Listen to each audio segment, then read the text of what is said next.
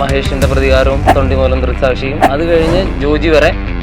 ദിലീഷ് പോത്തൻ്റെ കൂടെ വർക്ക് ചെയ്യുമ്പോൾ നമ്മളെ പുള്ളി എപ്പോഴും നല്ല കംഫർട്ടായിട്ട് നിർത്തും. പുള്ളിക്ക് വേണ്ട കാര്യങ്ങൾ നമ്മളോട് വളരെ കൃത്യമായിട്ട് കമ്മ്യൂണിക്കേറ്റ് ചെയ്ത് സീനിൽ എന്താണ് വേണ്ടത്, എങ്ങനെയാണ് വേണ്ടത്, സത്യത്തിൽ പച്ചവെള്ളം പോലെ വളരെ ക്ലിയർ ആയിരിക്കും അവിടെ എന്താണ് സംഭവിക്കാൻ പോകുന്നത് എന്നുള്ളത്. നിയോ കഴിഞ്ഞു, ഇനിയിപ്പോൾ അടുത്ത എന്ത്, നമ്മൾ ബ്ലാങ്ക് അല്ല, എന്തായാലും നമ്മൾ ആ വിദ്യ അഭ്യസിച്ച് കഴിഞ്ഞിട്ടുണ്ട്. അപ്പോൾ അതിൻ്റെ ഒരു കോൺഫിഡൻസ് നമുക്കുണ്ട്. ആഷിഖ് കപൂറിൻ്റെ അടുത്ത് ഓപ്പർച്യൂണിറ്റി എന്തെങ്കിലും ഉണ്ടോ എന്ന് അറിയാൻ വേണ്ടിയിട്ട് പുള്ളിയുടെ അസോസിയേറ്റ് ആയിട്ടുള്ള ദിലീഷ് പോത്തനെ ഒന്ന് വിളിച്ചതാണ്. അപ്പോൾ പുള്ളി ഇങ്ങനെ പറഞ്ഞു, പുള്ളിയുടെ അടുത്ത് നിലവിൽ ഫില്ലാണ്, ഞാനിങ്ങനെ ഒരു പടം ചെയ്യാൻ പോകുന്നുണ്ട്, നീ ഇടയ്ക്ക് ഒന്ന് വിളിക്ക്.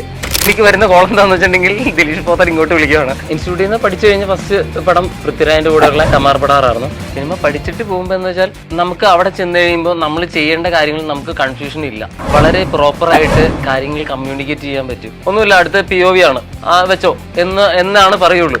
അപ്പോൾ POV എന്താണെന്ന് നമുക്ക് അറിഞ്ഞാലാണ് അല്ലെങ്കിൽ കൺഫ്യൂഷൻ ആയിട്ട് നിൽക്കേണ്ടി വരും. സാധനം എടുക്കുമ്പോൾ നമുക്ക് ചിന്തിക്കേണ്ടതായിട്ടൊന്നും വരാറൊന്നുമില്ല, എല്ലാം ഓട്ടോമാറ്റിക്കലി നമ്മൾ വണ്ടി ഓടിക്കും പോലെ. അപ്പോൾ അവിടെ ഒരു വളമുണ്ടെങ്കിൽ നമ്മുടെ മൈൻഡ് ഓട്ടോമാറ്റിക്കലി സ്റ്റിയറിംഗ് വണ്ടിയിൽ തിരിക്കും പോലെ തന്നെ നമ്മളെല്ലാ കാര്യങ്ങളും വളരെ ഫ്രീ ആയിട്ട് വന്നു.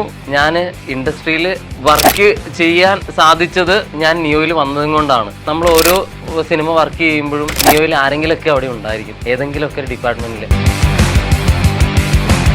I am Neo and I am confident to create.